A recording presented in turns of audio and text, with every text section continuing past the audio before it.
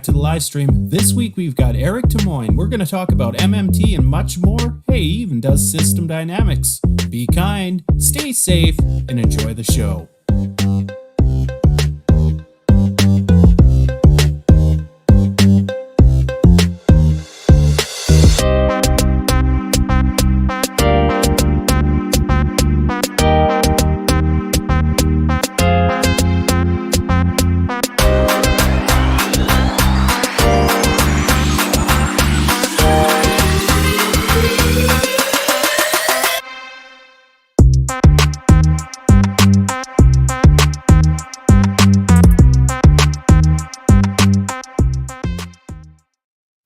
Welcome back to the live stream. It is October 14th, 2023. We're on our 45th episode. We've got Eric Tymoigne with us today. We're going to talk about MMT.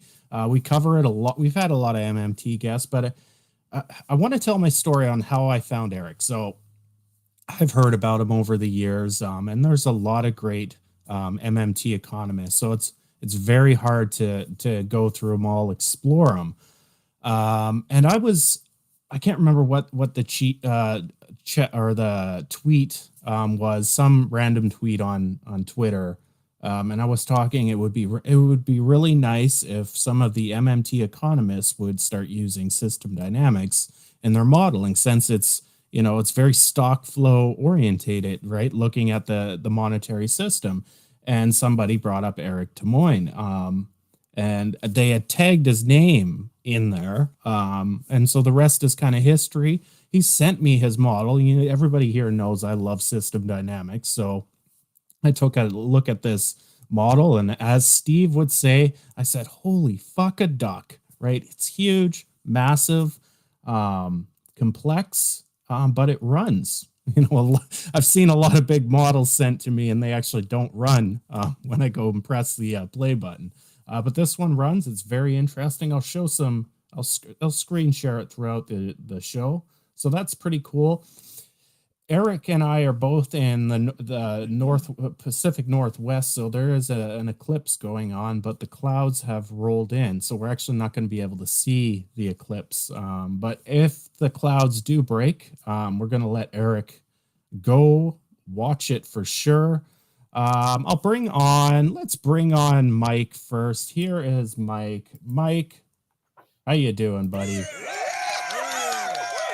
I'm doing well. Good to see everybody, as always. Good stuff. I see you're in your office at WPI, working hard on a Saturday. I am, yeah. We wrapped up our first quarter, and the kids are basically gone. However, there's a big gathering on campus called Geek is Glam, where they try to get young women interested in the STEM areas. And so I have a project team manning a booth, and we're trying to see if they're interested in either Morse code, which is sort of digital communication, and that leads you to satellites and geographic information, GIS systems, I should say, and so forth, or a simulation game called Minecraft, and a new mod that's been created for it. It's in beta testing that allows the players of the game to build ham radio stuff. So we're wondering if any of that interests the young ladies, and if it changes their attitudes towards STEM. Nice. That's good stuff. And the ham radio stuff, you must love that. You bet.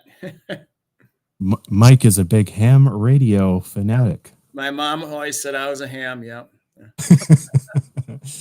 Hello to everybody in the chat. We've got Jimmy. We've got Michael D'Souza Cruz. We've got, who else do we got here? We've got Alexis Romanivic. We'll just leave it at that. We've got Brad Arthurton. We've got WWE fan 0104. That's Josh. Josh from Canada. We've got Mark Andrew Demarest. And so on and so on. Here is Steve Keen back on the show for another week. Hey guys, I'm fiddling around in the background here, so pardon me. Thank you for the wrap. Just been moving between house and home and back to home again.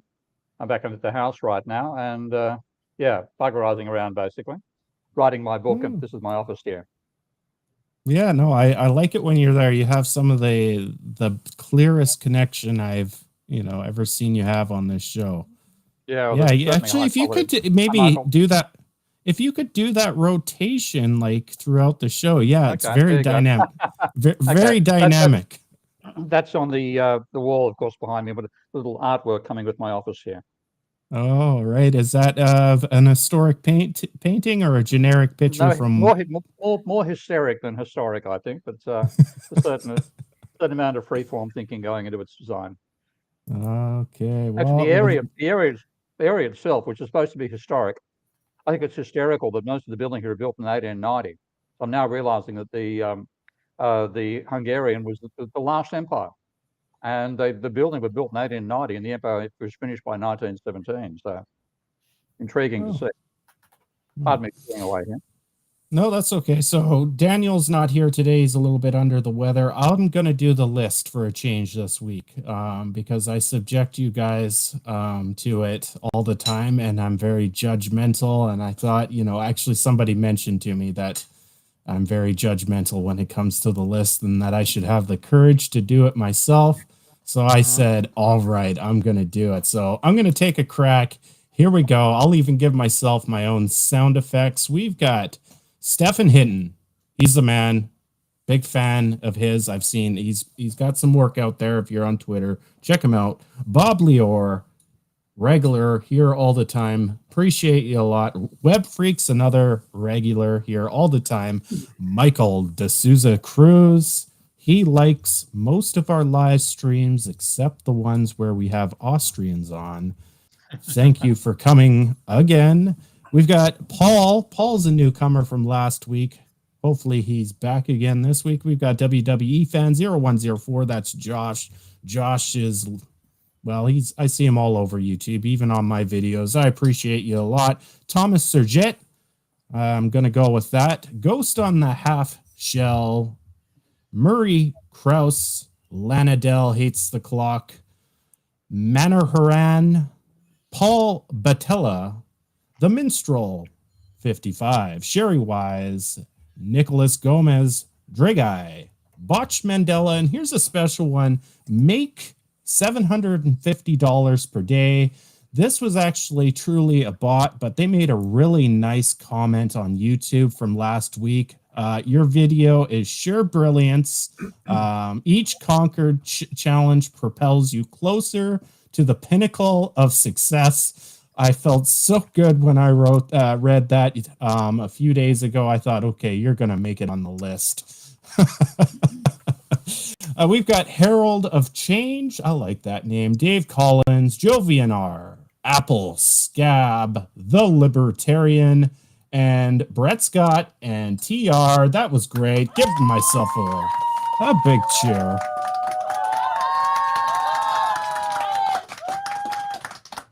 All you did left out was a slow drawl. That was commentary all the way through. Okay. Well, this should get away with it. Yeah.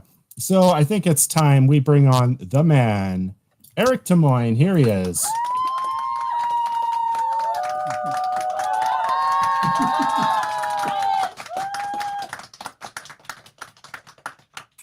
Hello. Eric, how you doing? How you doing, Eric? Very well. Thank you for having me. Oh, it's my pleasure. Like I was kind of saying there in the intro, when I see system dynamics being applied in the field of economics, it's going to pique my curiosity. And when I looked at your model finally last night, I was, obviously impressed. I know what it takes to get to that complexity and actually have it run when you press the play button. Is another story in itself. So a great job there. The first question I'll just ask is, what got you into economics, Eric?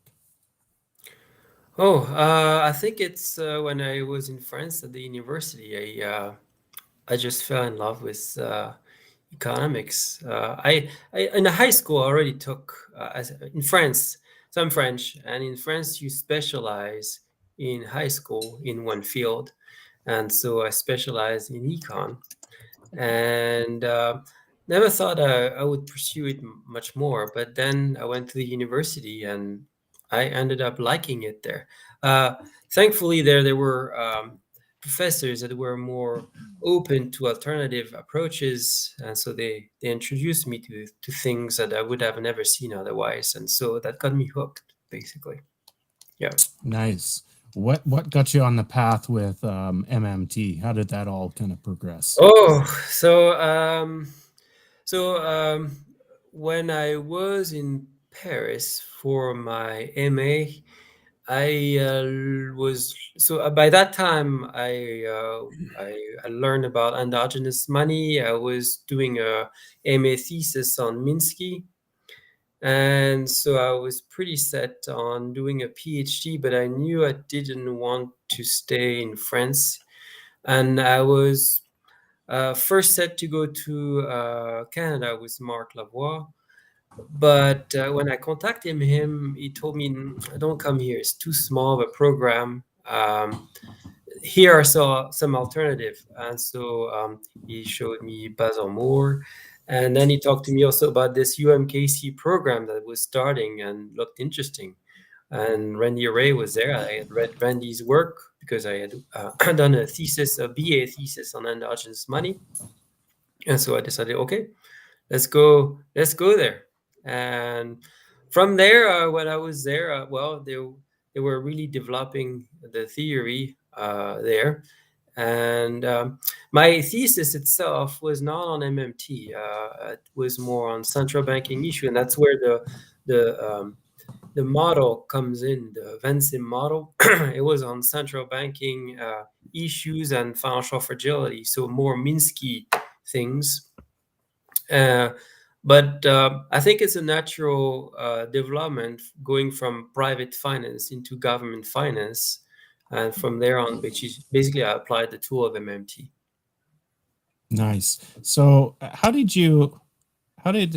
tell me the story, kind of said it before the show, of how you got into using system dynamics, and then I'll get a response from Mike, since he is our resident system dynamicist professor. Okay. So I think actually it's with Mike going to a NAFIT conference, and he presented that to and so I said, that looks actually something interesting that I could use to make models. So that's brought my curiosity. So I went to look at that, and indeed that was something that was useful. So after that, I went to take a course at WPI, an online course. I took SD 550, and that helped me to build up my skills for a basic system dynamics model. And after that, I went on to build my own model. It's far from perfect. It runs, but it doesn't run perfect. And that's it, basically. Yeah. So, Mike, before you got here, I think I took a few of those courses too, the online ones, and I think he's referring to the ones with Jim Hines and Olgloff. Jim Linus, yeah. Speak about that, Mike.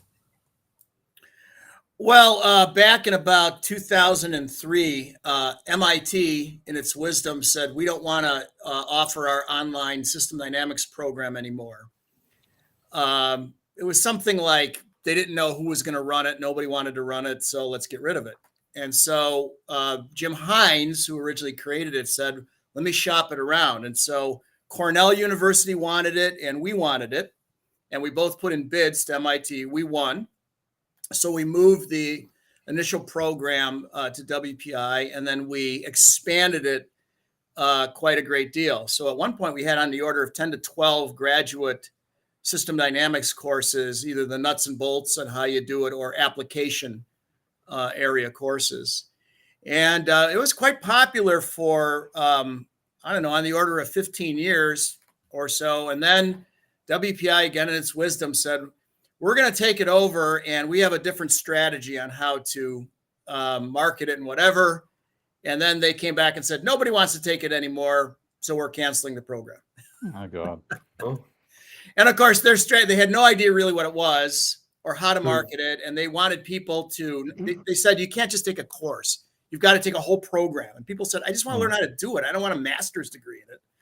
It was like, and then I was in the social science department, and they were going to, Raytheon, and they said, well, we only compensate our employees for taking STEM courses. We said, well, it really is a STEM course. And they're like, well, you're in a social science department, so you must be reading poetry or something. So yeah, it was a variety of factors like that kind of tanked the. So now we're kind of doing it, or we're revamping things and going on our own. And so on a Thinkific site and whatever. So because the bureaucracy here is like crazy. Yeah, bureaucrats know best. I mean, bureaucrats know what academics should teach, and marketing is essential, I mean, look, if you can't get any bloody people to come along and learn philosophy or physics, why fucking teach it, honestly? I tore so much hair out, I finally just said enough already. We're just going to do our own thing. And that's why I've gone private, and that's why Stephen Hale's done the same thing. I should say, if you talk to the System Dynamics Society's headquarters, right, they'll say the number one question they receive, bar none, is where do I go to learn how to do system dynamics? The second most common question is, how do I learn to apply it to economics? Overwhelmingly, those are the two things that they hear. And what we found out, and this has sort of influenced our thinking, is master's degrees in system dynamics anywhere, which we used to do a lot of, really are no longer popular. Either people have a terminal degree and they don't want a degree. They don't want to be in college anymore. They just want to learn how to do it. Yeah. And they might take a badge, for LinkedIn or something, but they don't want to enroll in the university and all that. In fact, some people are already enrolled at other universities, like as PhD students, and they want to use it for some aspect of their dissertation. Upgrade their game on how to do it at a high level. Or you want PhD students, or they really want it and they want to be consultants or academics or whatever. So we think it's a wide variety, PhD, or I just want to learn how to do it, and I don't care if I get a credential. So it's kind of interesting how that's evolved.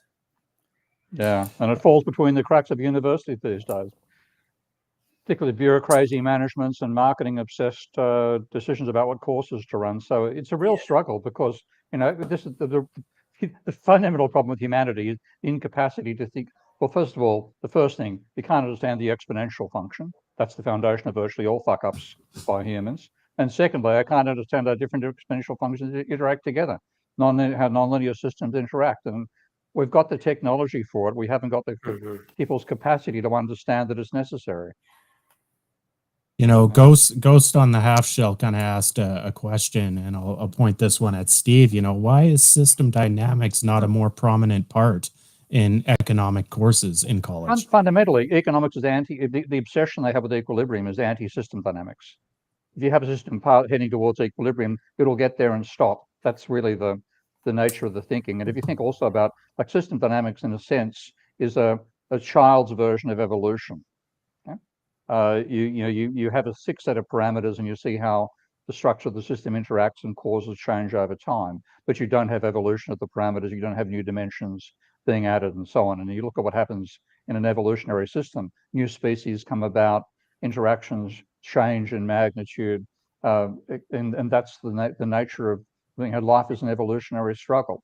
And system dynamics is a halfway step towards being able to model it that way without all the complexity of evolution as well. So that should be what fundamentally economics is about, because the ultimate evolutionary system in that sense is the human economy.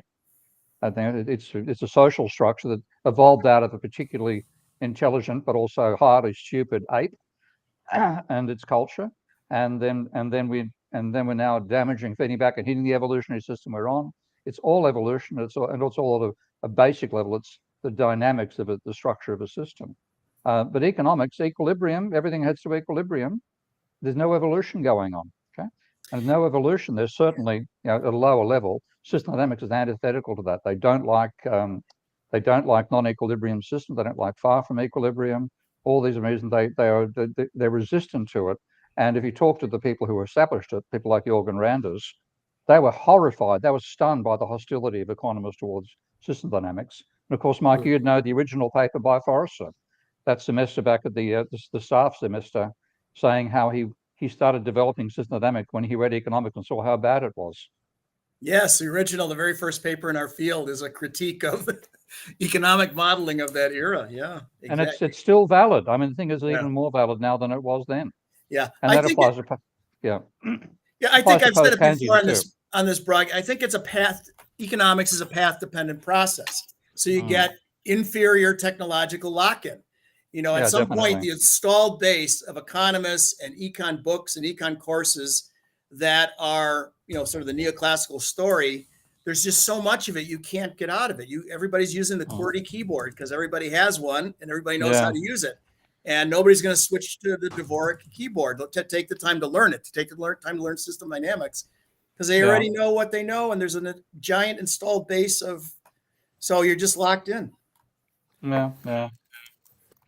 So this is the peak. This is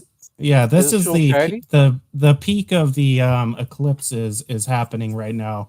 I was just checking with Eric if you want to go look outside. No, the cloud just came here, and they just came at the time where I was supposed to go out. So I was clear a bit. I was able to see a bit of it, a chunk of the sun that disappeared, but now it's a full one now, and there's clouds. Yeah, cloudy. Shame. Let's kind of talk about consolidation between the central bank and the Treasury. So about a year ago, you know, I did a tweet thread just kind of showing the operations. And I said, how fucking stupid is it that you're consolidating the Fed and the Treasury?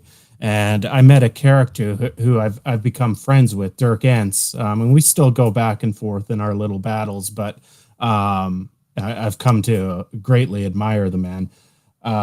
He came out and he gave me some, you know, royal shit. And I've since changed my opinion. For teaching purposes. I've kind of adjusted to a consolidated view for bringing in newcomers to, you know, understanding the monetary system, MMT per se. But kind of tell me why MMT really focuses on consolidation. Where is it appropriate and where is it not appropriate? Okay, so consolidation careful analysis of the institutional details of how the Treasury and the central bank interact. And so we look at it not only in terms of how the central bank. So the usual story is that when you look at fiscal and monetary policy, is that the Treasury does fiscal policy and the central bank does monetary policy, and they're separate. The central bank is independent, and they don't talk to each other, and they all do their own thing in their own corner. Well, if you look actually at the institutional details, you can see that central bank and Treasury talk to each other all the time, and it's not abnormal. It's routine, okay? And it occurs in both ways. The central bank helps the Treasury in its fiscal operations, and the Treasury helps the central bank in its monetary policy operations, okay? And so once you understand that, you can, if you want to study these interactions in a model, yes, definitely you need to separate the two and see how you do that. But for if you have other purpose in mind, a model should always be as simple as possible. You can put them together, and it's for a matter of simplification, it's good enough to put them together because there is an institutional underpinning that justify doing this, basically. Yeah. Now, if you do that, there are some implications. We can go into it if you want, but those implications, you can retrieve them also when you look at how the two coordinate each other. What are the implications? So, okay. So once you consolidate the government so you have a single entity of the central bank and the Treasury, then you are merging the two balance sheets together. Okay. And once you do that, the first thing you notice is that such government has no money on its asset side, meaning there is no domestic currency on the asset side. The domestic currency is the liability side. Okay. And so government has no money, doesn't own any money. So to spend, the government has only one way to spend is by crediting accounts, meaning it creates the domestic currency, the monetary base. That monetary base is then credited to the account of banks, and banks then credit the accounts of the seller of goods or services to the government. So the government has to spend this way. So it's not an abnormal method of spending. It's the only way the government can spend. Then, of course, taxes also won't lead to a credit to won't need the government to earn any money. Okay, because again, the government, when it spends, it creates the currency. What taxes do is destroy the currency. They bring it back to the government, so that destroys the monetary base. Okay. Bond issuance, what they do is they change the liability side of the government away from leaving aside recent development of zero interest earning asset reserves into one where you have an interest earning asset for the private sector, for the buyers. Okay, so you are going from non-interest earning liability to an interest paying liability. So you're changing it's a change in liability mix. And so a lot of people say, well, okay, fine. First of all, they don't understand. They think that this is a policy recommendation. It's not. It's just a technique to simplify model, simplify understanding. And the second one is that they say, okay, fine, but it's still not realistic. It doesn't get to how things work in the real world. Well, when you go into that and look at the interaction of the central bank and the treasury, you can actually retrieve this kind of ideas. I don't know if we want to go in the details of that now, but yes, I can if you want. I just have, so it is important to recognize that the TGA does carry a balance. So I believe, taxes are definitely delete money from deposit accounts in the commercial bank system. They just mark them down, and settlement balances in the banking sector get moved to the TGA. We're not saying that those balances stop getting accounted once they're in the TGA. They're still accounted for. When you consolidate, the TGA disappears because it's an asset for the treasury, but it's a liability for the central bank. So it's gone. Doesn't exist anymore. But actually, if this is sorry interrupting here, I didn't actually, like, my background, Eric is modeling the credit money and Minsky's financial instability hypothesis. So I didn't actually, I've done models with government and them before, but they were basically strict differential equation models rather than using Minsky for it. So I first actually put together a Minsky model of the financial system when I read Stephanie Kelton's book. And the one thing which was novel to me in that book, and novel in terms of making me think, oh, I might be wrong somewhere, was that I used to think, if people ask me, because I hadn't actually done the modeling, if people ask me, how does the government create money? I used to say, to the extent to which the central bank buys bonds off the private bank, and Stephanie said, no, it's just the deficit itself. Well, I better check that. And sure enough, she's right and I was wrong.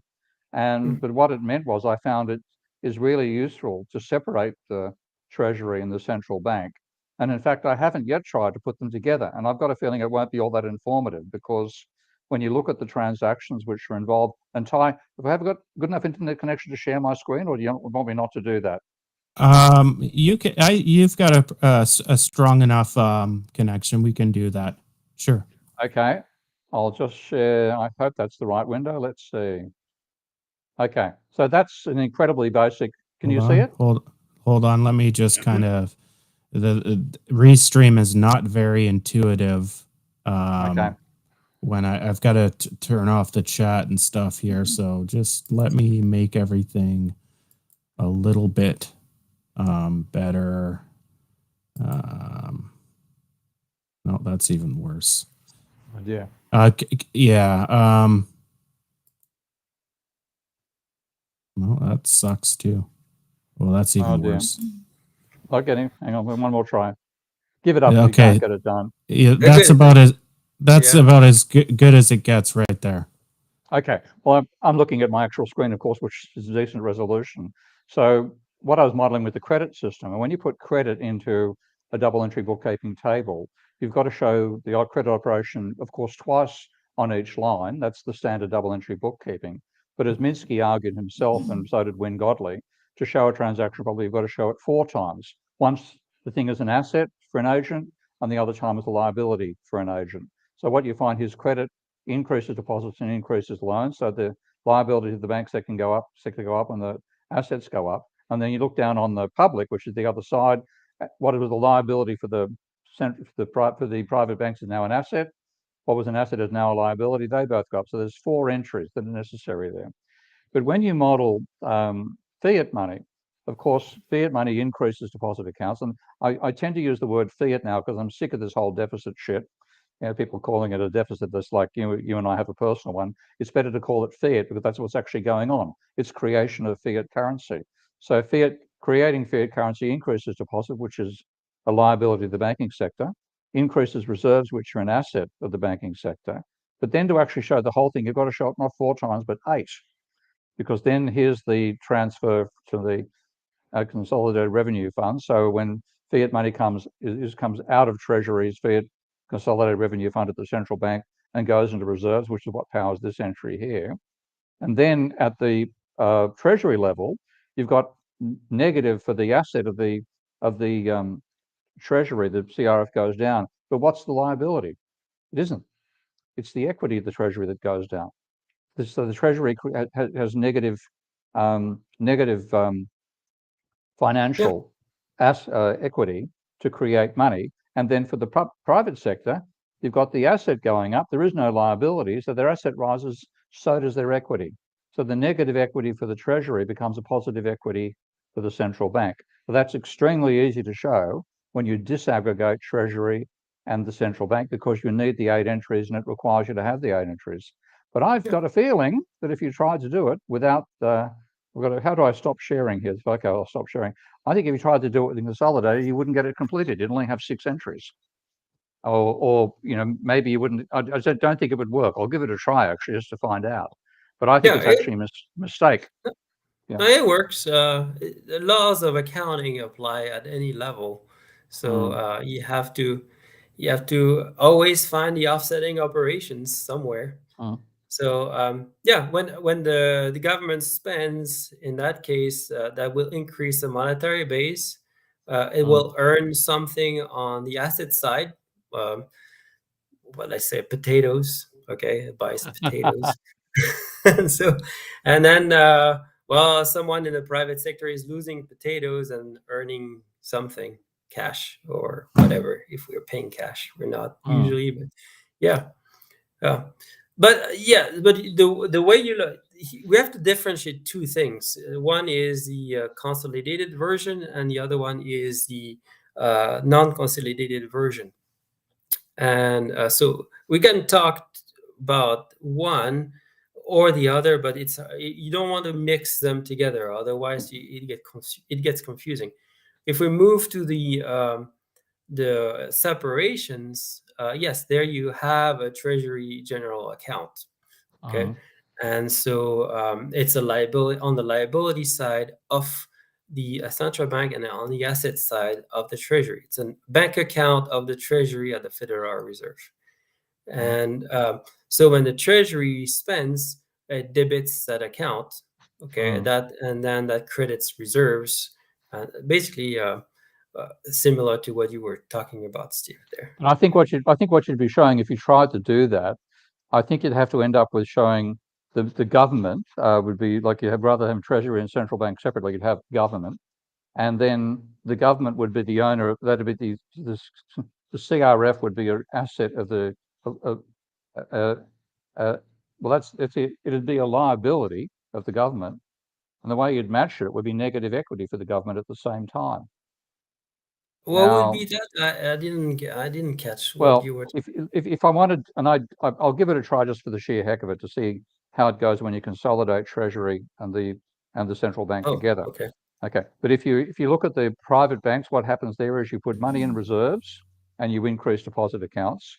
For the private sector, you get the asset of the deposit accounts goes up and their equity rises because there's no offsetting liability for them. They get net positive equity as MMT argues. It's like a gift. They may be losing something too. Yeah, they may be because they may be giving away again an asset they have. Like if the government buys potatoes, then the amount of stock of potatoes falls, and that's the offset to the rise in the amount of money they earn.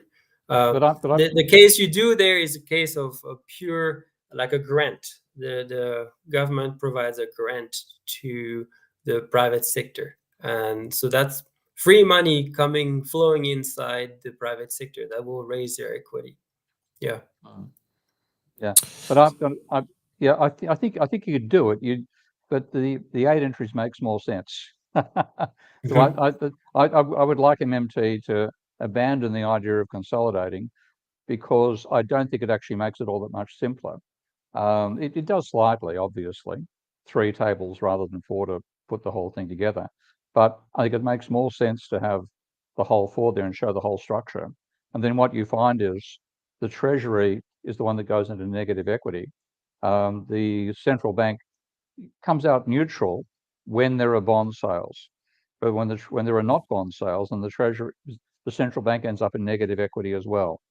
So my preference is to put the whole thing together.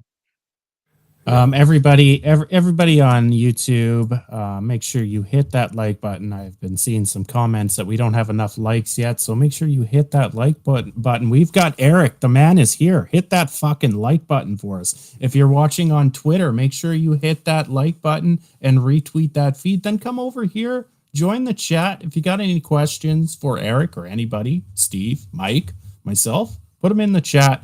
Put at whoever, and then I'll tag him and we'll get to him eventually. Eric, what do you think about the terminology used? Taxes delete money. Should that blanket statement be, a slogan of MMT for simplification, or does it exclude some technicalities that could be problematic? Okay, so Steve Grumbine and I just did a show where I go through the accounting. Actually, I had a tablet, so we did a show. If we might be able to get it to link somewhere for your show, I don't know. I'm not sure if it's out yet, but I think it's about to come out pretty soon. So we go through the difference between consolidating and not consolidating and look at the implication through T accounts. Now, moving to your question, when you look at the case of consolidation, you destroy monetary base, okay, with taxes. When you look at it from not consolidated coordination, the monetary base does fall too. You get an increase in the Treasury General account too. So tax have a funding role when you look at it from a non-consolidated case. However, again, you're going to retrieve the similar causalities that you find when you look at a consolidated case. The idea is that before taxes can be settled, you're going to have reserves in the system because, again, taxes debit the reserve account of banks and credit the TGA. So you have to have reserve first there. So this happens how? Well, there's several ways. And in the past, if you look at the way the reports of the central bank, they're clear that in times of taxes, they are clearly aware that there are going to be large withdrawals of reserves. And so what they ended up doing before they had the more developed system of coordination, they ended up lending the reserves to bank right in time before the Treasury came in and asked for those reserves to be withdrawn to credit its TGA accounts. That's one method. So you'll retrieve this idea that you find in the consolidated case that taxes cannot precede spending, okay, or in more broadly, injection of the domestic government currency has to occur before you can tax, because the purpose of tax is to destroy the currency. Okay, so you retrieve that. You'll find the same thing if you do it with bond issuance. Bond issuance will also destroy reserves because so not only if, non-bank private actors buy treasuries, but banks too. And so when they do so, that destroys reserves, credits a TGA. And so the central bank helps in the background to make sure that at auctions there is enough reserves in the system, and so it will provide land reserves to major bond buyers during auctions to make sure that basically the auction goes smoothly. So you'll have to have the injection first before you do the withdrawal. Yeah, no, and I agree with that. My question really was around the term deleting, because this is my belief is bond auctions are influenced by the TGA account. If you need to have bond issuances, it's because there's not enough money. The TGA, I think they like to keep 10 billion. I'm not too sure what the number is. They left. They after the 2008 crisis, this went away. So now they basically move all funds in the TGA right away. They used to have accounts in private banks. Yeah. And they wanted to keep the TGA at about 5 billion, but now they have moved. They've changed that. Yeah. Mm-hmm.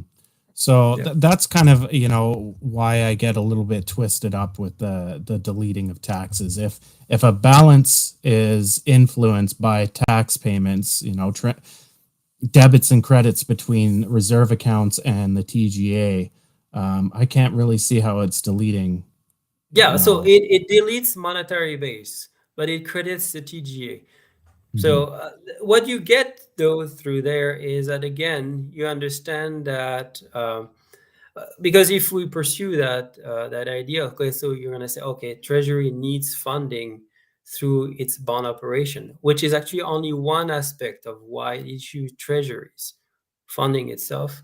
Then some people are going to say, okay, well, then that disproves MMT. It's saying that now the Treasury could run out of money and auctions could fail. Again, there we're going to bring back the coordination point that no, the central bank is always going to be here to help. If you look at the detailed institutional framework, you see that you have, in the United States, they are called primary dealers. In England, they're called gilt-edged market makers. These participants must bid in all auctions, and they are major key players, major buyers. And the central bank is behind helping finance them. So if they don't have enough reserves to purchase the treasuries they need to buy when they submitted a bid and they won the bid, then the central bank will finance them. So anyways you look at it, the central bank is always in the background to make sure that the auction won't fail. And moving further than that, you can also see that the Treasury issue bonds for other purposes than just funding itself. It doesn't manage the public debt in the same way you manage a private debt. It will issue treasuries when it runs surpluses. So the TGA may be full of money, okay, and the Treasury may have more taxes coming in than it's spending, and it still issues public debt. Okay. So it will also issue public debt at a higher interest rate than it could. Okay, so you have quite a few examples of that. Or it will issue public debt to help the central bank. So you have a broader public purpose to the public debt that makes this analogy between public debt and private debt not correct. Okay, you don't run the public debt like you run a private debt. So it's not irresponsible for the Treasury to do so, because there is a public purpose for the public debt. Steve, what are your thoughts? Yeah, I think it's important to talk. I think what you did actually some time ago, Ty, and you copped some grief for it too on Twitter, was you went through effectively saying who was responsible for each stage in the process, and you said the Treasury is responsible for deciding the fiat spending. The Treasury is responsible for putting out the bills, the bonds, issuing the bonds. The central bank is responsible for making sure there's enough reserves to purchase the bonds, which is where open market operations will come in to guarantee the money is there. And the bank is the one that actually, the bank, like a bank employee, will effectively say, here's all the, in America's case, hundreds of millions of entries we get for entries to make into people's deposit accounts. That has to have a matching entry in the reserve to begin with. So the private banks are responsible in that sense for the government money creation, but only in the sense that once they've got the money put into their reserve account, then they are required to put the same amount of money into the deposit account. And that was actually a very deliberate and careful statement of the whole thing. But a lot of people think, oh, that means you're saying that the private sector, the government's borrowing from the private sector. It's just saying, no, the responsibility for carrying out the action occurs at the level of the private bank. Yeah. Yeah. So, and this actually, I was talking to Eric before the show and why I've kind of moved to accepting a consolidated is it depends on the conversation. Maybe looking back on that Twitter thread, it was probably a little too advanced, directing that at the MMT online community, because that's a lot of math and but yeah, I did catch some grief. I remember that. That was tough. You did cop Tough some day grief for it, yeah. Tough day on Twitter. I had to come out and say, look, he's not saying that the government, that the private money banks create the money for the government. He's saying the person who actually would be typing the numbers on the keyboard, so to speak. Of course, it'll be a set of interlocking databases that actually do it. That the authority to do that must rest at the private bank, because fundamentally only a private bank has the capacity to mark up both the assets and liabilities side of its ledger. At the central bank has the capacity to mark up its liabilities. So when the Treasury makes a transfer, and of course, we're talking at the aggregate level, we say a transfer, there's hundreds of million. If you look at tax refunds or welfare spending, there'd be specific accounts with 50 million entries for one and 35 million for another and so on. But the employee who does it at each level is an employee of the organization at that level. And that's what you were fundamentally saying. Eric, just so I'm going to put it in the chat, that episode with Steve Grumbine, was that the Macro and Cheese podcast, or was it it's not a podcast, because we actually went full live video, and I had a video feed where I could teach people how to do those things. We'll have to talk to him. I don't know if it's out yet. Yeah, we don't talk, but I can talk to him. Yeah, and for anybody else, there was a good episode about a month ago on Macro and Cheese. Consolidate. I can't remember the title, but it was very interesting with Eric Tymoigne. So check that out. You know how to find that on Twitter and YouTube. It's all over. The only thing I would add about consolidation is that it's not unusual. It's not specific to MMT. You find it as a simplification for modeling everywhere. And it's also used as a rhetorical tool all the time. Okay. because if you have to justify what you say by going into the institutional detail every time, people are going to glaze over that. So it's easier to say the government cannot run out of money. Government can print money. So you see that comments like that by Greenspan, Bernanke, others. It gets to the core of the point that finding the money is never a problem.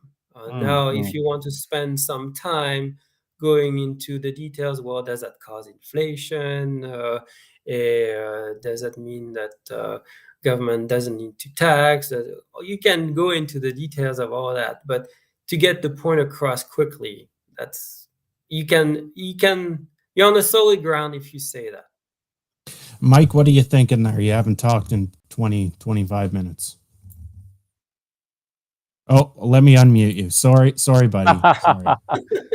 No wonder he couldn't talk. I've been muted the whole time, so that's why. I was going to chime in, but I was like, oh. Sorry. Well, I think one of the issues. We don't have an eclipse, but we do have a blushing tie. Okay. I feel genuinely bad. It's like we don't want to hear from Mike from now. It's all right. So I think from a modeling point of view, I think some of this conversation gets to a very important issue in any model. It's to what level of aggregation or disaggregation do I want to go? And with the particular tools we use in system dynamics, we really don't want to go down to the individual level or the shop floor level at a company. Forrester used to say it isn't even the CEO level, it's the investment banker level. So I always tell the students, think about yourself as in a helicopter hovering above the model, looking down on important sectors, and then within the sectors, important subsectors, and then important stocks and flows. And so with that in mind, it's a Goldilocks problem. You don't want to be too aggregated or too disaggregated. To what level of institutional detail do you need to go on any given model? Now, in terms of, I'll tell you personally, with my journey in modern monetary theory was when I completed my doctoral comprehensive exams, I thought I'm on the top of the economics world because I was examined on damn near everything.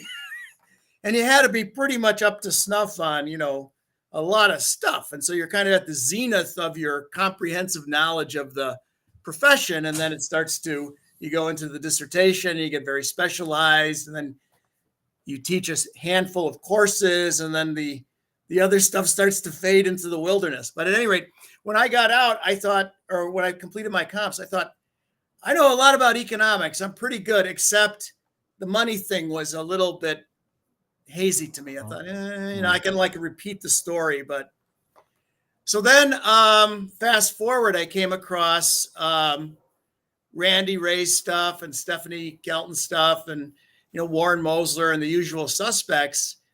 And at first pass, I thought, what? But then I thought, I'll read on, I'll press on, because that was where I was a little hazy. And the more I looked into it, the more I thought, all they're doing pretty much is mechanically outlining how a fiat system works.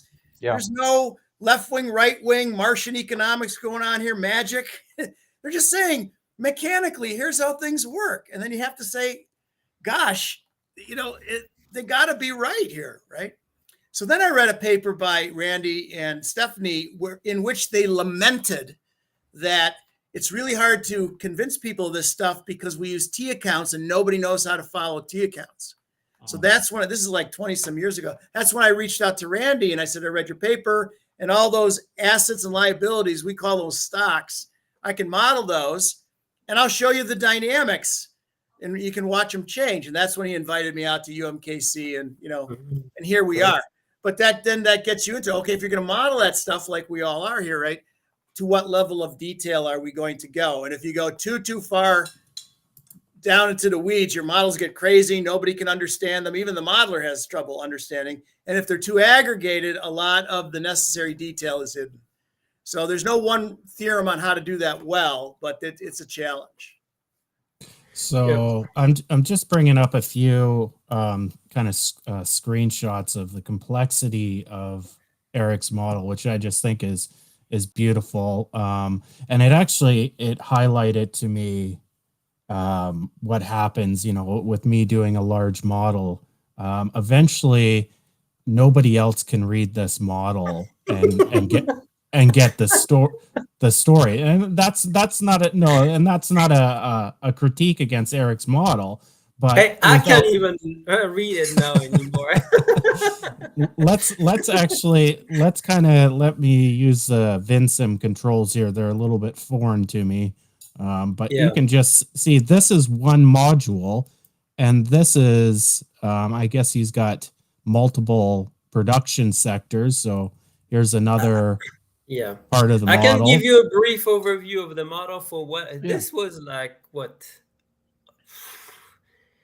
15 years ago now, 15 more, even more. So the model, it's first of all, it's a model for a more Minsky purpose. So and again, it comes out of the thesis that analyzed the role of central bank and its relation to financial stability and asset pricing. So there are several goals in this model.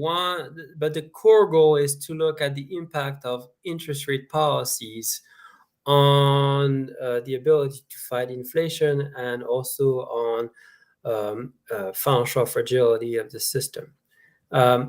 Going into that, another sub issue here is to try to model cash flow norms in Minsky, and to see how they evolve over time, over the business cycle, and capture this idea that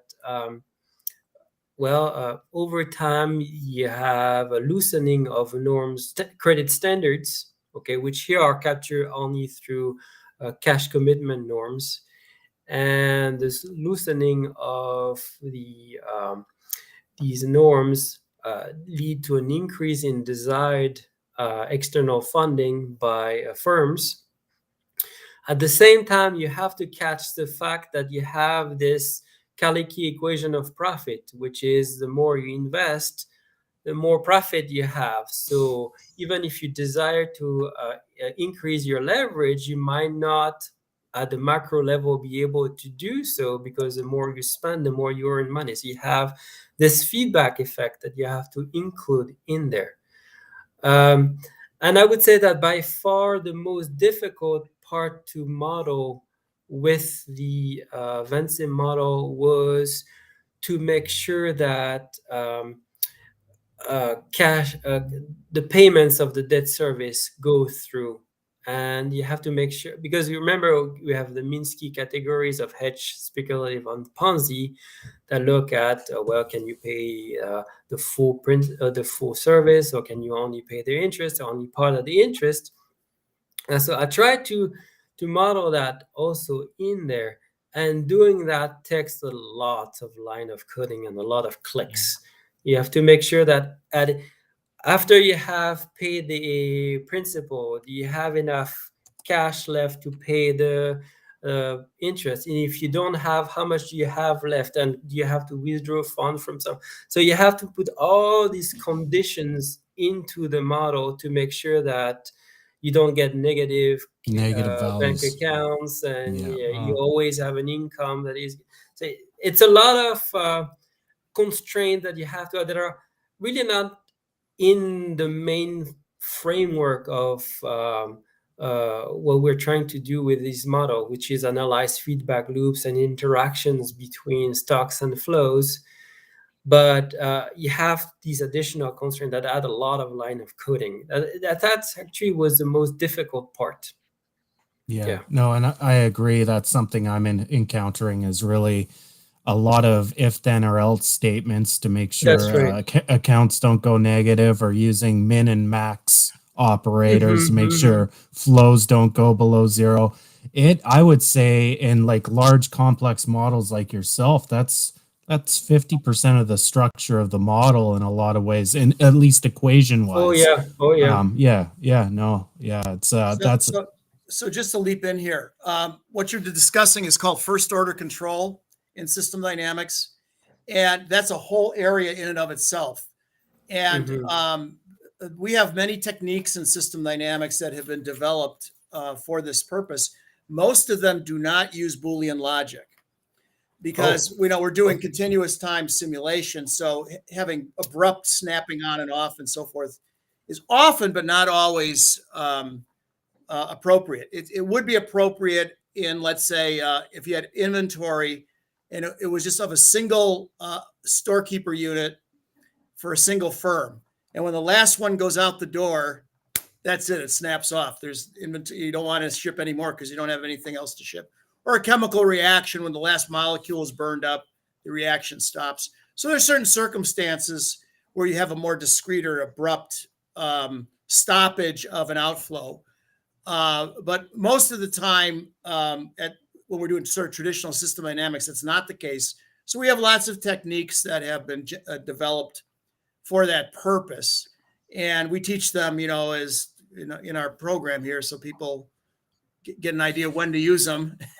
Yeah, and so it does that kind of so here's a problem I've had with my if then or else statements. They do snap on and off, and it was causing some errors in solving my model. And what I've been doing slowly is I've been switching them out for lookup tables, so they do a smooth stop instead of a on-off stop.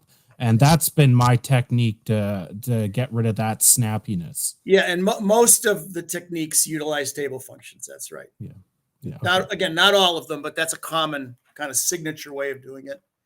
Okay. The other thing that people, it's more subtle, that it's more of an advanced idea, and you want to check in your models, is something we call steady state error. And that will plague a lot of models, and they plague a lot of econ models, particularly when there's growth, but it's not limited to growth situations. And that is when your model gets locked into a steady state, but all of the stocks are not at their targets if they're part of negative loops.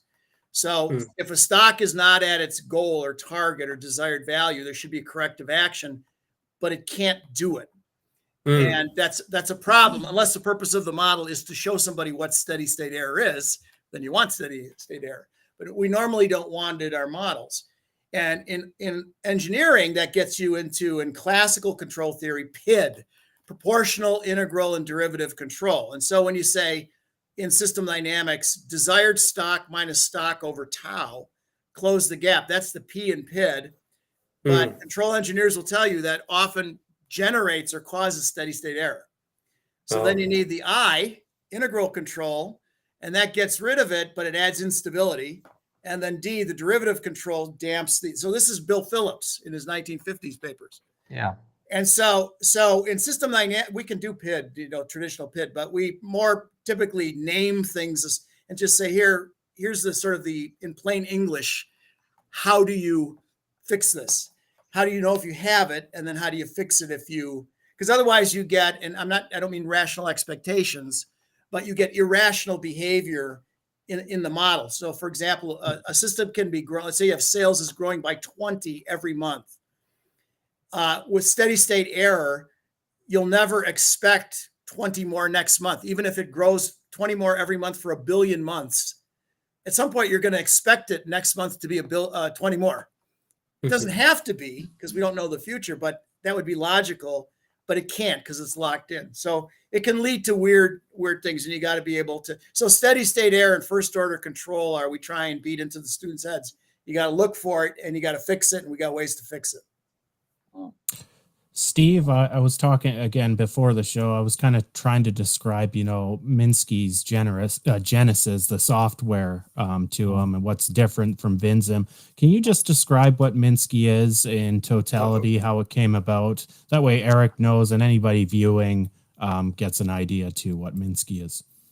Yeah, sure. When I first was working in economics, I was using straight differential equations. So I would derive, like I had a concept. I took actually Richard Goodwin's brilliant predator-prey model, and then I thought, well, what's missing from that? And I couldn't understand it when I first read Goodwin because he's a very bad writer. He's a great artist. He was a great artist, but a terrible writer.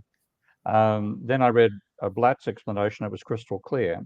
And I wanted to model Minsky's financial instability hypothesis, and Blatt made a comment about how the model, that one of the flaws of Goodwin's model is that its equilibrium is not unstable. It should be unstable. And he said you might be able to make it unstable by adding a financial sector. So I thought that's pretty good for me. And then what I did was I added in, rather than having, as Goodwin assumed, that capitalists spend all their profits, I thought, well, that's unrealistic. Capitalists will spend more than their profits during a boom, so they have to borrow money, and less than their profits during a slump. So if profits still exceed investment, they'll pay off their debt that way. And that's what led to the my 1995 paper in the Journal of Post-Keynesian Economics. But then what I realized was a flaw in that. This is actually coming back to discussions about aggregation and so on earlier. I was accepting that debt created money, but I wasn't showing that debt created money. So there was always a hole in my logic. And then I'll give you a long story. There was a dreadful neoclassical lecturer at my University of Western Sydney who was pissing off students in a course called something like financial economics, I think. Very boring lecturer, read straight from the textbook, hopeless lecturer all around, and very much a neoclassical ideologue as well. And I got asked to take over his course because the students were in revolt. So I took it over, and then at that stage I was trying to explain money creation, and I literally did like a dog's breakfast flowchart type PowerPoint thing showing what's involved in money creation. I thought you could never properly model it. And then I read Graziani, 1989 paper, The Monetary Theory of Production. And I thought that's the idea about a triangular structure made perfect sense. And so I thought, well, I can probably, that's what I've got to do to model it. And my first attempts to do it were using a program called MathCAD, which is a very visual mathematics program. And I spent time with Wynne Godley, literally with Wynne, next door neighbor. I was in Hyman Minsky's office at the Levy Institute on sabbatical. He was in the next room.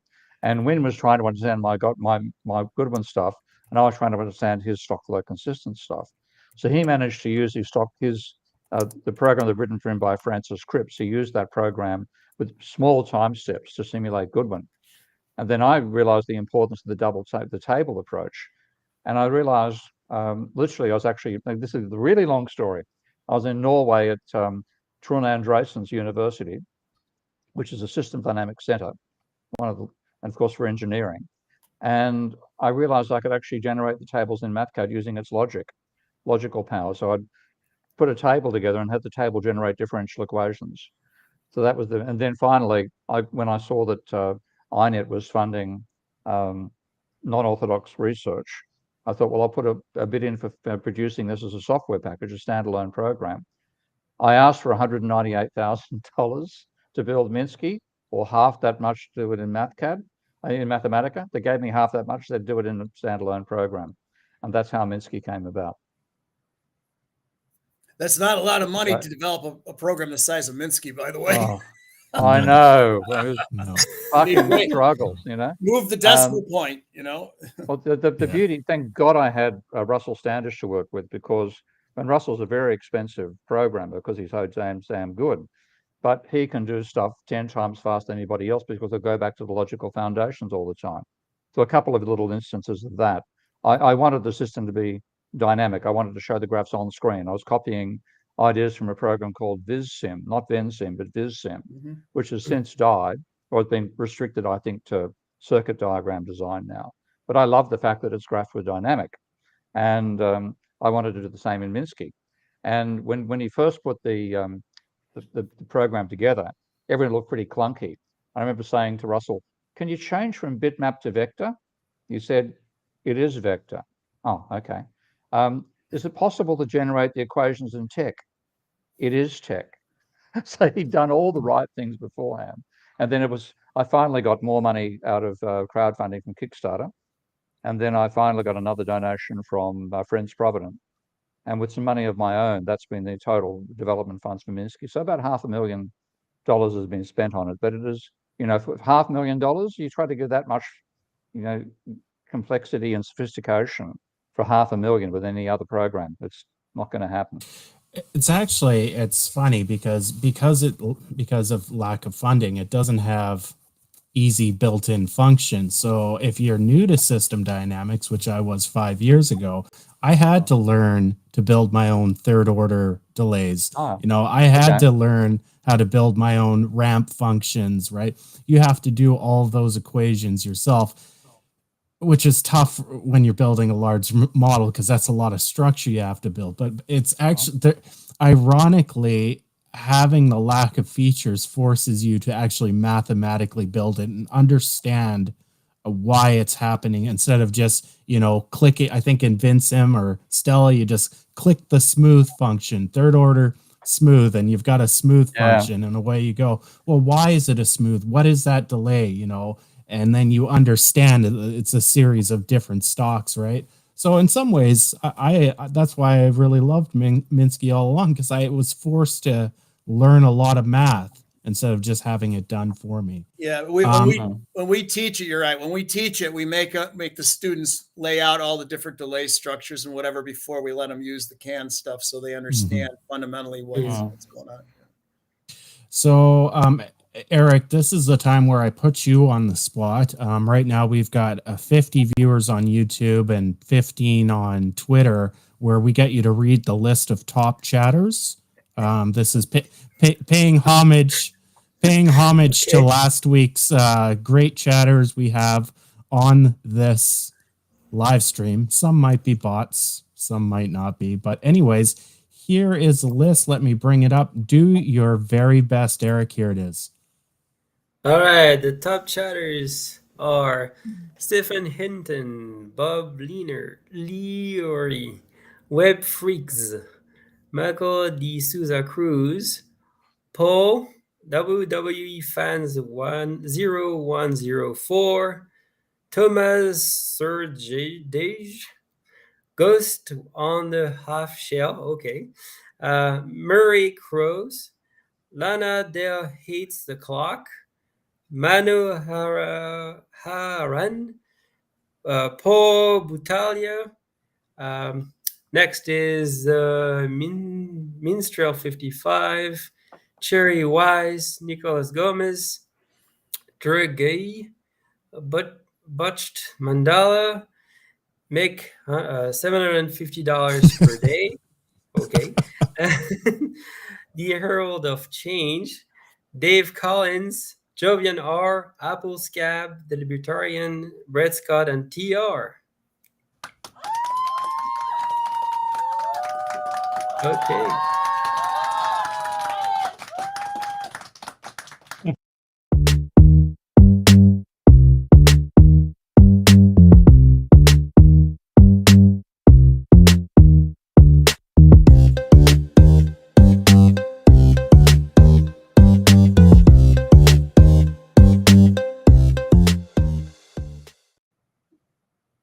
Now, I didn't really actually plan any economic news stories this week.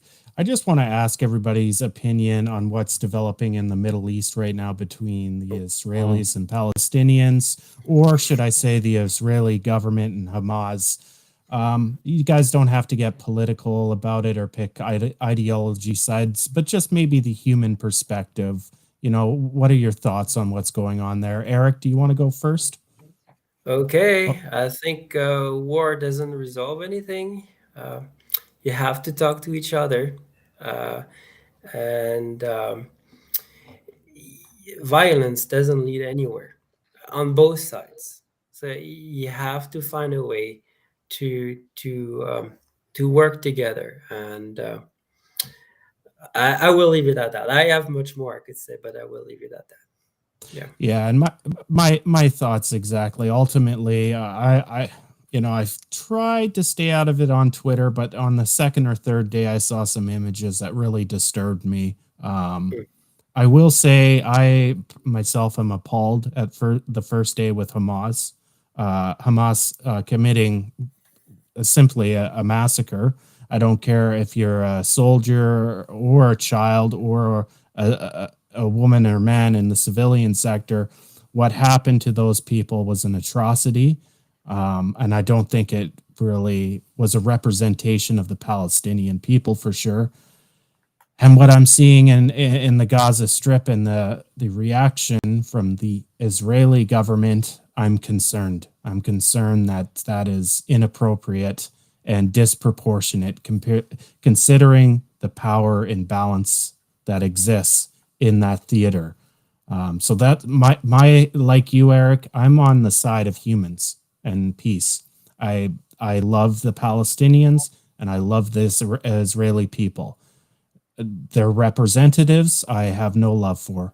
I'm appalled by Hamas, and I'm strongly opposed to the reaction of the Israeli state.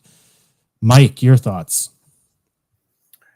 Yeah, I think it's always good to separate the common citizen from the government. And in most instances, the common person has nothing to do with what the government's doing.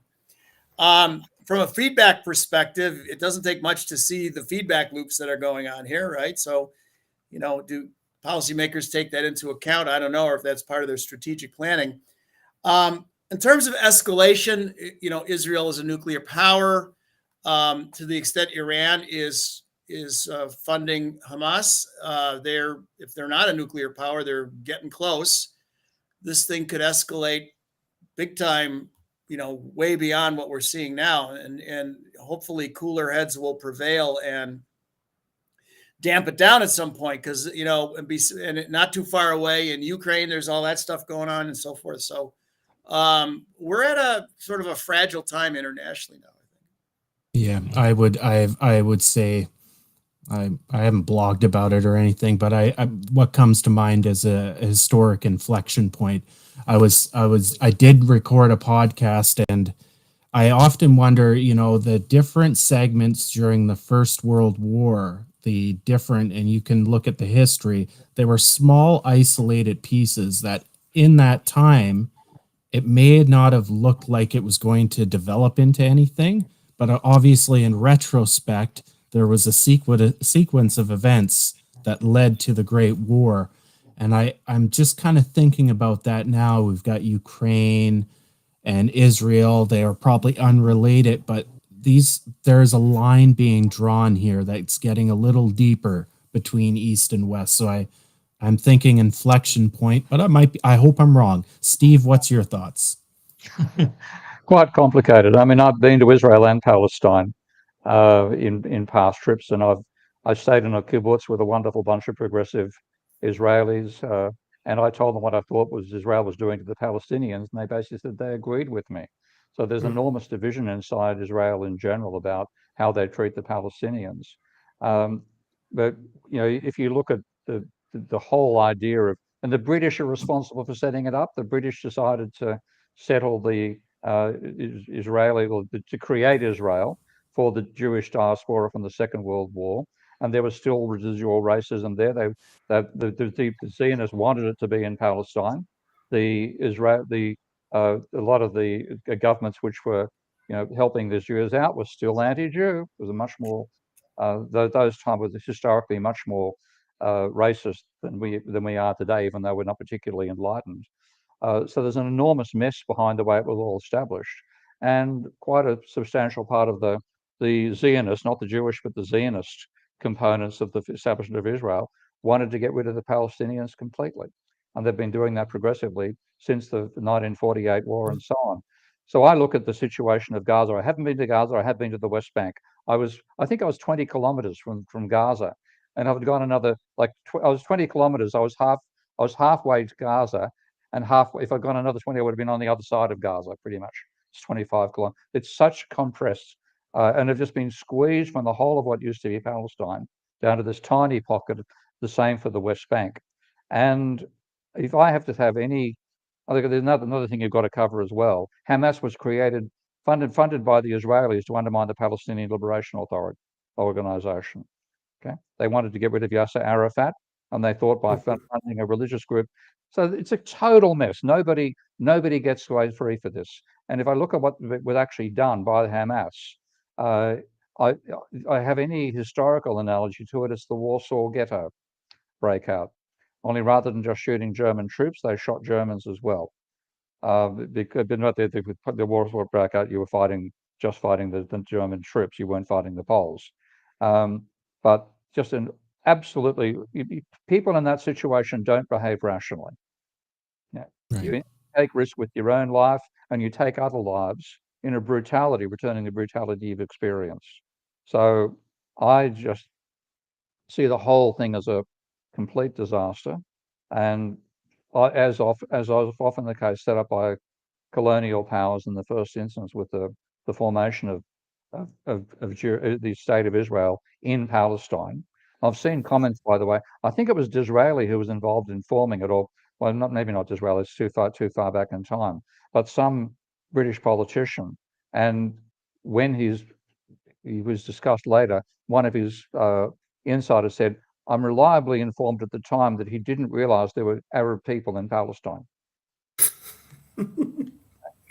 So, total mess, horrific what the Hamas did, but these are people who have been caged and oppressed and brutalized. You'll see them being brutalized by Israeli soldiers all the time. Oh yeah. Their land by settlers, etc., etc. Yes, of course they're going to behave badly, and it was behaving badly. But just like you can't say that the Russian invasion of Ukraine was not provoked. In spades, this was provoked as well. So Balfour, okay, thank you, Michael. So that's just an absolutely appalling situation, and I think it's going to get worse. I've seen like Hamas is apparently fairly weak militarily. Scott Ritter, you might see Scott Ritter, who's a critic of he was a critic of the invasion of Iraq. He's actually pro-Russia in the whole Ukraine situation, but he came out today saying he thinks Hezbollah could actually defeat Israel militarily, this is again about the use of conventional versus nuclear weapons. If the nuclear weapons come out, then good night, Josephine. But apparently at the conventional level, the Israeli military may be so weakened for a whole lot of reasons compared to what we think of it, that if Hezbollah joins into the feud as well, with the northern front with Hezbollah and the southern with Hamas, it's not necessarily the case that the Israelis are going to win, though they will slaughter, and that's the only word for it, a lot of people in the Gaza Strip with their proposal to push, half the population into the other half of the area in 24 hours. I mean, that is just appalling. So you look at it, and nobody comes out of this looking good, and I don't think there's any resolution either at the same time. So this will be a slightly harder question because we can't predict the future, but what would be the short or medium impacts from an economic perspective if this escalates into a full-blown war to the region, to Europe, to the globe in a larger sense? What would nothing unless there's an oil embargo. And the ironic thing would be, as we pointed out last week, this is 50 years after the Yom Kippur War, which led to an oil embargo. So I think was it Mark Twain? History doesn't repeat, but it sure does rhyme. Right. Eric, your thoughts from an economic perspective, where could this go for, here in North America, Europe? What impact could there potentially be? I know Steve just mentioned oil. Your thoughts? Yeah, I mean, it's hard to speculate like that, but the worse it gets, the more pressure you're gonna put on oil supplies for sure. Okay, and so that's gonna be a major disruption right there. I think that's we are at the core here. Mm-hmm. Yeah, right. I think all shipping, if the Suez Canal gets closed through conflict, then it's going to really bottleneck a lot of stuff. Good point. Yeah. Yeah. Well, guys, that's it's definitely a tough topic. So I appreciate everybody having a very balanced view. And I was when I was recording my podcast the other day, and I regret doing it so early because things have developed. I believe that most people have that centrist view, and including Israelis and Palestinians, that this is this is just senseless violence that isn't necessary. But I often wonder, this is probably going to get worse as resources in that region dwindle. Well, yeah, as long as the Israeli policy continues of trying to squeeze out the Palestinian, you're going to have more backlash happen. Yeah. Because this doesn't come out of nowhere. There is a lot of frustration, basically a sadness, and basically anger that comes. And speaking of economics, I mean, apparently about 60% of the youth in Gaza Strip are unemployed. Mm-hmm. They're even in prison, basically. And they don't have their energy was supplied, inverted commas, for free by Israel, which has now been shut off, and so is the water. Right. So that is just it is a prison camp, and the extent to which they're not allowed to be a full economy, and of course the other little element I've sort of just commented recently, there's large, wait for it, oil reserves off the coast of the west of the Gaza Strip. So there may be an intention by the Israelis to get their access on that oil as well. So talk about a hellhole. Well, I think maybe WPI should get out a system dynamic model on the dynamics of the Palestinian and Israeli conflict. It's not going to be a stable model. Well, Tim Clancy's probably the closest we have as an alum, and Tim. It's the sorts of models that we would produce in that neck of the woods would have people moving among different stocks, categories of being radicalized, supporting the status quo, or this sort of thing, and the various pressures and events that would cause them to change their mind and move among the various sort of groups with attitudes. And then you hit a tipping point of nonlinearity, and then things can go very badly. But yeah, that's that'd be, I'm sure, controversial. Forrester always told us, if you're going to take the time to build a model of an important problem, not a trivial one. And he always told us, if you're going to do this kind of work, the system dynamic stuff, you better be strong, because people are going to come for you because, you reveal stuff that they don't want to hear sometimes. Yeah, absolutely. I mean, one of my favorite system dynamicists was actually in The Hitchhiker's Guide to the Galaxy. The young student who worked out how to create an infinite improbability drive out of a finite improbability drive, plus a good Brownian motion substance, such as a strong cup of tea. And when he was about to get the Galactic Prize Galactic Prize in physics, he was lynched by a bunch of physicists who realized what they really couldn't stand was a smartass.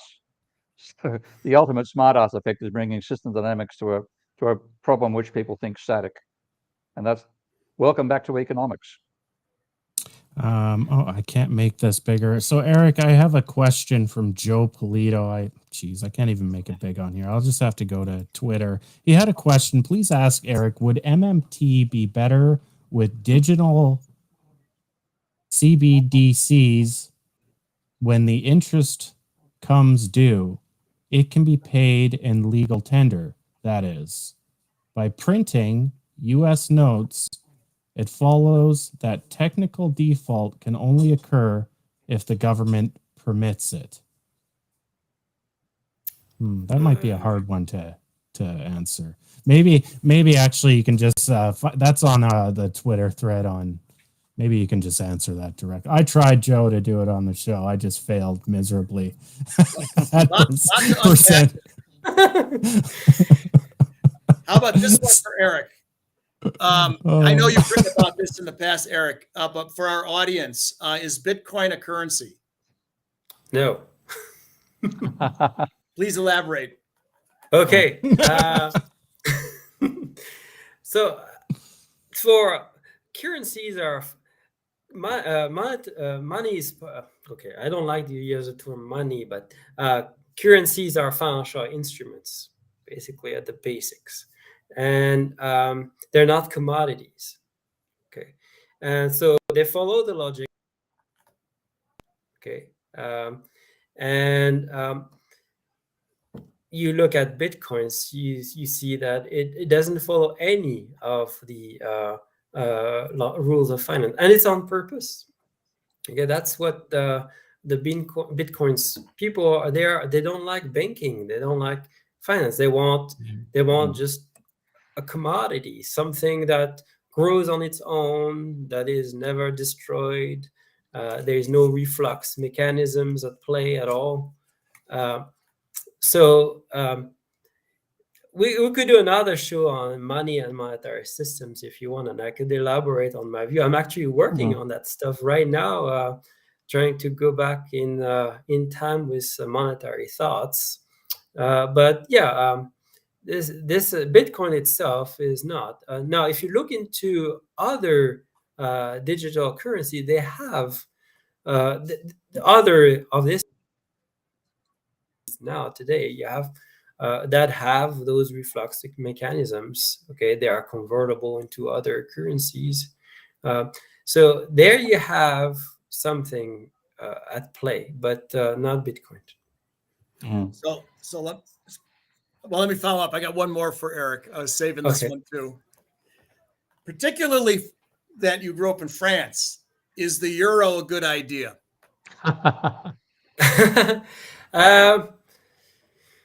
Remember, ultimately, this is we're gonna be back on something we were just talking about. This is a political commitment here to try to find common ground. Okay, to move away from a cycle of violence that we had in the late 19th century, early 20th century, and ultimately, it's a political project. It starts there. It's not an economic project. Now, what came out of that, the economic side of it, is definitely not structured properly, and could create political tension over time. To its credit, the European Central Bank has been more flexible and has been willing to accommodate the needs of the states in times of difficulties, okay, and to change its policies. Now, it's kind of a ad hoc type of system we are on. I think we need, if we want something that really works well, integrate further the interaction between the central bank and the national treasuries. That's it. But I think we're getting close to that. We're getting closer, at least closer. Yeah. I think Ghost is right here, saying it's not set up right for a fiat currency, because to have a fiat currency, you've got to have a treasury and a central bank. And that would be, again, the project here. Yeah. Further integration, going into federalism.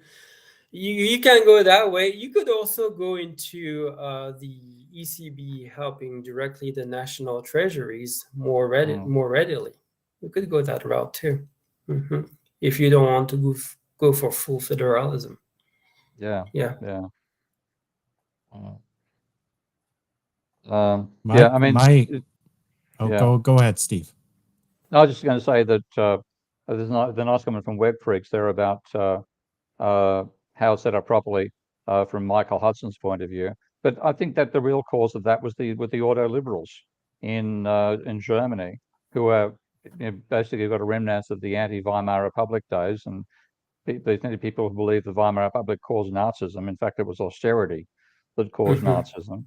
But what they've done is said, well, we've got to stop this happening again. So we need responsible budget management, which is imposing austerity.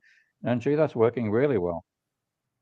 That there is one side and the other side which are worth mentioning, and that is the trade surpluses that a lot of the countries in the euro have maintained.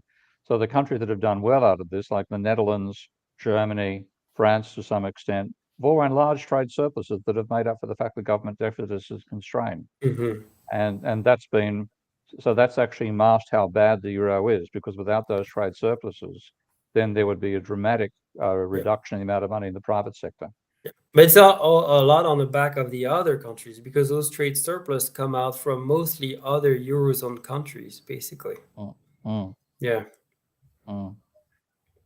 Yeah. I love the fact that the only country that actually met the rules of the Maastricht Treaty in the entire history of the euro was Spain. And it started at 60% of GDP as a debt level, kept its deficits below 3% throughout. And then when the financial crisis hit, the reason that had been successful is that private debt in Spain had gone from something like 120% of GDP to 240% in a gigantic housing bubble. And that's what enabled them to do it. When the financial crisis hit, it all comes tumbling down. Credit in Spain in 1 year actually hit 40% of GDP. And then on the other side of the crisis was minus 20. Now, but by comparison, America's boom and bust was plus 15 and minus 5. So it shows just how huge that swing was in Spain. So the poster child of now running it, and they're all running government debt levels about twice the level that's supposed to be the limit of the treaty. So, if there's any sign of that it's a dysfunctional idea, it's just how badly it's met its own standards and objectives of the 60% and 3% rule. So Joe has simplified his question. How can the central bank fund spending if the central bank money can't be used by the public? By the public? You mean... Well, it's the central bank money is not used mostly by the public today. It's internal to the banking system. There is cash out there, but most of central bank money is not cash. It's actually electronic entries in accounts at banks. And that's how most of the spending is done. So, the central bank money is not mostly used by the public, and you can still fund spending that way. Yeah, Joe, I think the answer is actually technical, because if this is why I think the four level rather than 3 level setup of accounts makes the best sense of this. It's not the central bank that creates reserves. It's the central bank that allows the Treasury to create reserves, and the Treasury creates reserves by running a deficit. And that is then, in that sense, the central bank facilitates that creation of a deficit by the Treasury, but it doesn't do it itself. If you do the consolidated version, then you really can't tell which one's doing which. But if you break it down into central bank Treasury, private banks, and the non-bank public, then you can see it's the Treasury that actually creates the fiat money. What the central bank does, and your point here was very important, Ty, is that the central bank will buy or sell Treasury bonds to reduce or increase the amount of reserves that are available, so that the reserve that banks have is sufficient for them to buy the bonds when the Treasury issues them. Yeah, that's all the whole point of an elastic currency. The central bank just accommodates whatever needs there are in the system, coming from either the private banking sector or from the Treasury. Yeah. But Joe's saying the reserves can't be spent. Yeah, but the reserves create the increase in reserves create the increase in deposits, and that's what's spent. And in that sense, if you want the difference between credit and fiat money is that both credit and fiat money increase bank liabilities, which are deposits, which are money. But the credit increases the loans, which are an asset of the bank, and fiat money increases the reserves. That's right. Yeah. And it is a Rube Goldberg contraption. Ghost is quite right, because you could just simplify a whole bloody thing by having the Treasury, do the deficit, do the spending, and then Treasury issues bonds, and the central bank buys the bonds, and that'd be the end of the whole thing. Yeah, so I've been trying to model the UK monetary system. So they have a consolidated fund and a loans fund, and they zero out every day. And I don't know if that actually complicates the situation more or makes it easier to understand and operate, but they have a slightly different system. Eric, do you know about the consolidated? There's a paper that just was circulating recently. Actually, it was just submitted to a journal, and I reviewed it. And I went through the way they do it is they go through a graphical representation of what you are talking about instead of going through the T accounts. Yeah, they do net out at the end of the day. Why?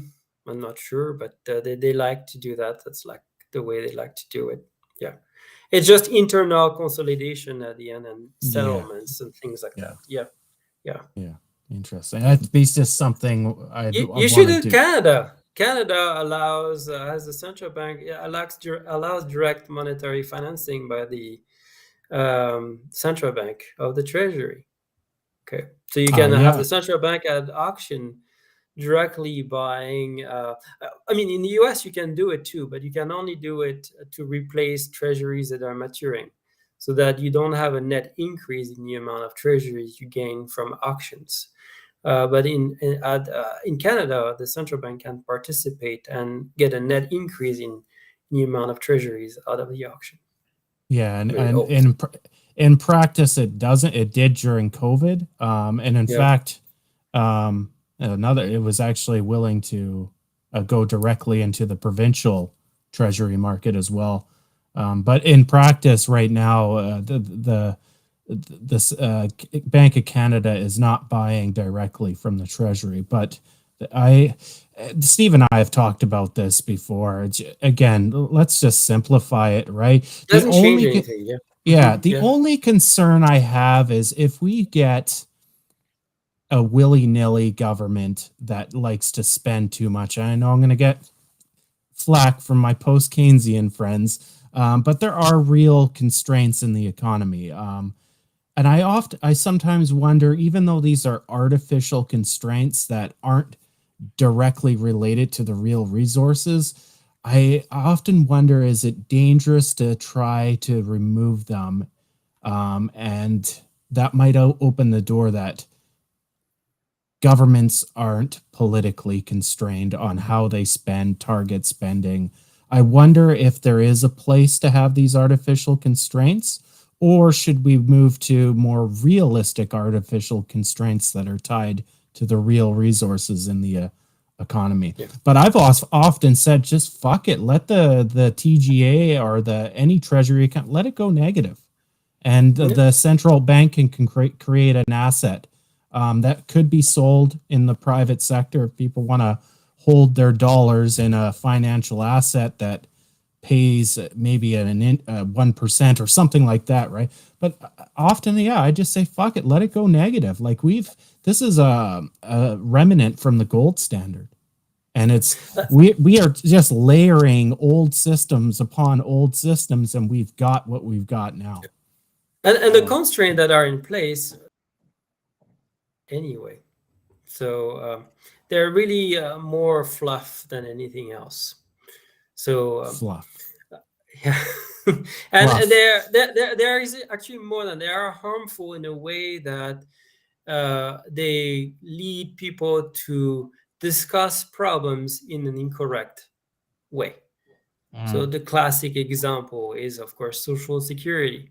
Okay, the idea that we're gonna run out of money, and the system is gonna run out of money. Clearly, that's not where the problem is. No, it will, unless we have a virgin sacrifice. The sun won't come up tomorrow. Oh, now we're getting into true economics. Yeah. So just a comment. I know that we saw a glimpse of Eric's model, and it's quite large, and call it a large scale model. I think we didn't see all of it, but that's my impression. I know Ty has created a very large scale system dynamics model as well. Steve is working on stuff as well, myself. So when you get in the area of macroeconomics, monetary economics, and you have all the standard, C plus I plus G plus X minus M stuff in your model, and then you have all the monetary stuff, as we discussed earlier, all of the necessary institutional detail, to represent the fiscal authority and the monetary authority and their interactions with the banking system and what have you. And then you say, and we also need to stick energy in there. We need to stick healthcare in there. We need to stick education in there because that's all important to the economy, sort of the socioeconomic system. You're going to have a big model. There's going to be a lot going on there. And first of all, even creating such a model correctly is tricky business, right? Because you have to be so disciplined and careful dimensioning your equations, only hooking a new piece to the existing structure when it's been thoroughly tested. And then you test some more before you move on and so forth, following a best practice. But let's say we all do that. Each of us builds our large mousetrap that has all this stuff in it, and it's done right. Okay, now how in the heck do we get someone other than ourselves, the modelers, to understand exactly what we've done, the structure of our model, and then tie it to the behavior of our model? That's a $64,000 question in system dynamics. Now, we have some techniques on the structure. We can use sector diagrams. We can use causal loop diagrams. Bob Eberlein, the guy who is the primary author of the current rendition of Stella, and he was the previous main author, coder, programmer of Vensim, wrote a doctoral dissertation on simplifying models, preserving important modes of behavior. And there's actually an engineering literature on this, which when you've got some crazy circuit or something and you want to make it do the same thing, but with fewer components, how do you simplify it? Well, he was looking at socioeconomic system models. When they're all huge and crazy, how do you get them to be smaller and more manageable and understandable while preserving the right, the inherent behavior in the original model? So that's tricky business. In terms of tying structure to behavior, even more tricky, and I think our best guess in system dynamics is gaming. Turning our models into user-friendly games that allow people to interact with them in user-friendly ways and learn from the model, and showing them equations, God forbid, Greek letters and integral signs and stuff like that. Forget about it. That's exactly what you don't want to do, right? You want to show them a couple of buttons and levers and switches they can mess with, and a graph of the United States or Canada or something changing color, green if the economy is growing, red if it's declining, or whatever, right? And there is no one right answer for this stuff, but we really need to consider that stuff, because otherwise we're just preaching to each other here. Yeah. And now, the I people remember who need to hear aren't going to hear or learn. I remember back more than 15 years ago, Mike came to UMKC and did the fishing game with us. And so we were. Yes, I had forgotten. Yeah. Yeah. That was pretty nice. Yeah. That was a board game. But I remember that now. Yeah. The beer game. Yeah, so basically it's a game where you're in a group and you have but you can go fishing. Okay, so you can decide to buy a boat, go fishing, or just do nothing. Okay, and you're competing with the other groups and to try to catch fish. And if you catch more fish, you can buy more boats and go on like that. The point he's trying to get to is that your competition that is unchecked like that leads to basically a breakdown in natural resources. You exhaust. And he told us that one group that he was working with prior was actually figure out that, he told us to compete, but we don't have to compete. We can actually coordinate and work together to try to make sure that we don't exhaust the natural resources. Get to the result you wanted to go. Yeah, it's a tragedy of the commons game, but it's not preordained. That's play the game and everybody still wins, but you have to work together to not overrun the fishing grounds. Yeah. Is this a game kind of a supply chain type game, like the beer game? Well, it's in that genre. Hang on real quick here.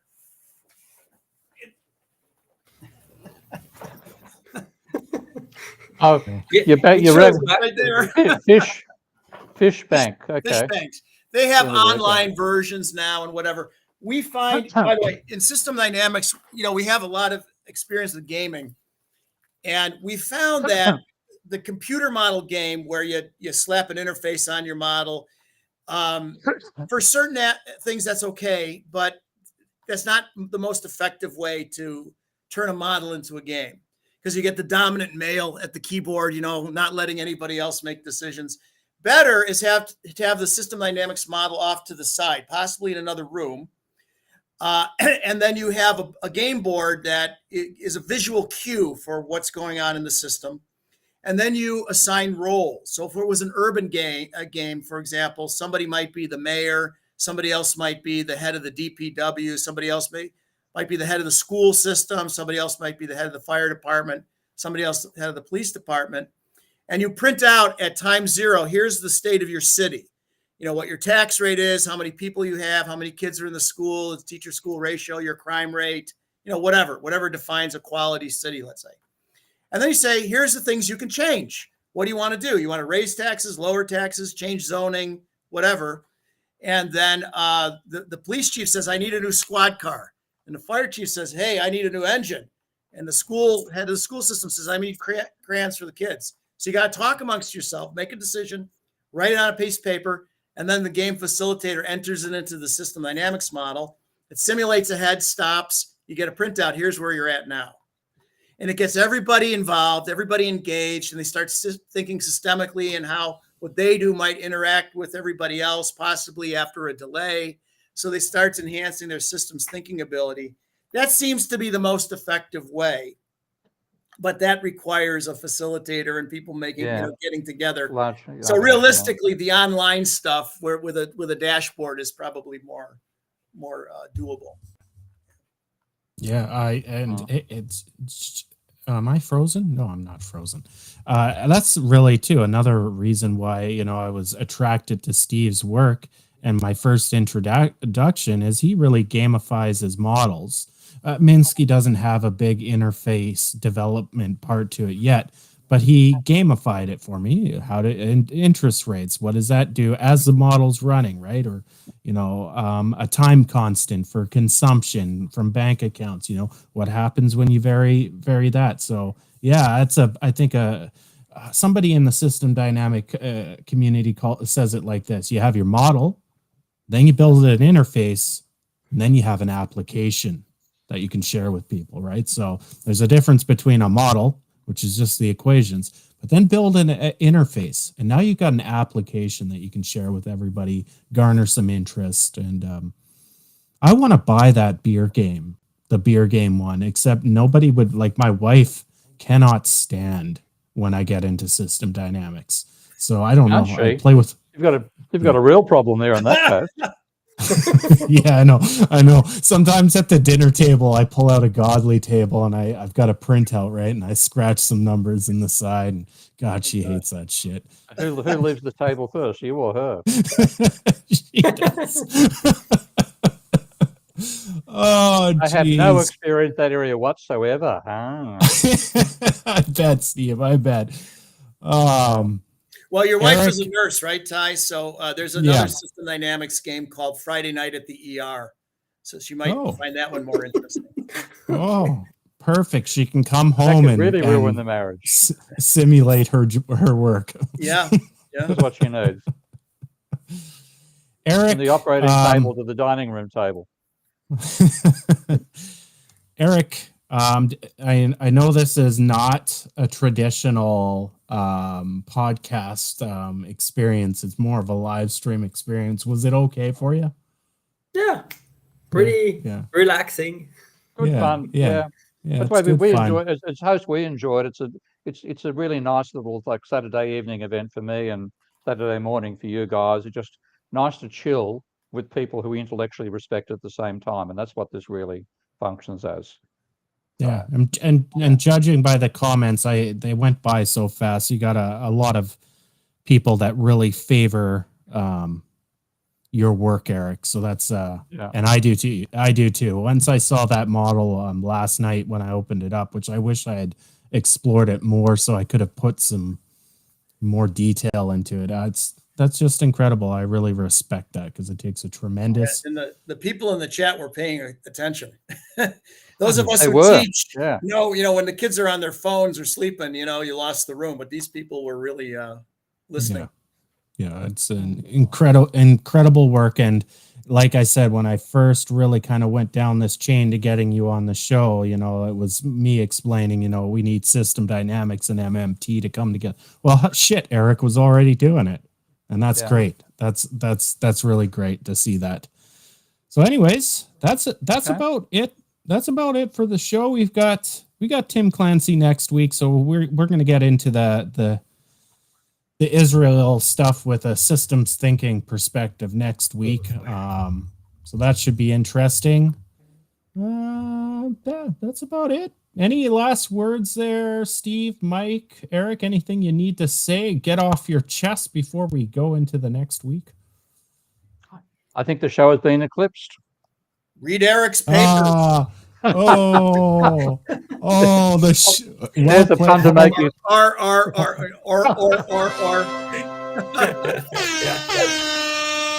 Yeah, thank you. I deserve that, and I enjoy it too. Okay, final question to Eric, and then we'll close out the show. How can economics as a field get better and help society as we move forward into the future? 2 minutes or less. Oh boy. Pressure's on. Well, I think the first getting a sense of what the major problems are, and I think one of the major problem we have is unemployment. And if you look at the standard neoclassical model, there is no unemployment in it. So you're getting rid of one of the core problems that we have in our society. Okay. Another major problem we have is climate change. Okay. And as Steve has commented, the models that come out of standard neoclassical model says, we can have 4 degrees increase in temperature. We're fine. They're fine. So that's insane, basically. It is so insane. I think getting first down to earth and caring for the crucial problems that people have is important. And after that, I think more on a methodological side, I think you want to start with models that are institutional specific. I don't think you can do models that are gonna explain the world from the beginning to the end.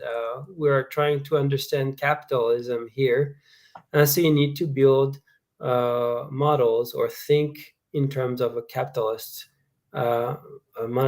capitalist economic system. Okay. And the models you build for that are different from the models you would build for a feudal system or from a barter system. So I think I would go against Milton Friedman's point that we can understand everything in capitalism by starting from a barter economy, and then after that we can add money and we can add corporations, but that won't change anything from the basic results we get. I think that's not the proper way to go. Yeah. So there you have it. Eric Tymoigne, thank you so much for coming on. Everybody, we'll see you again next week. Bye-bye. Bye-bye.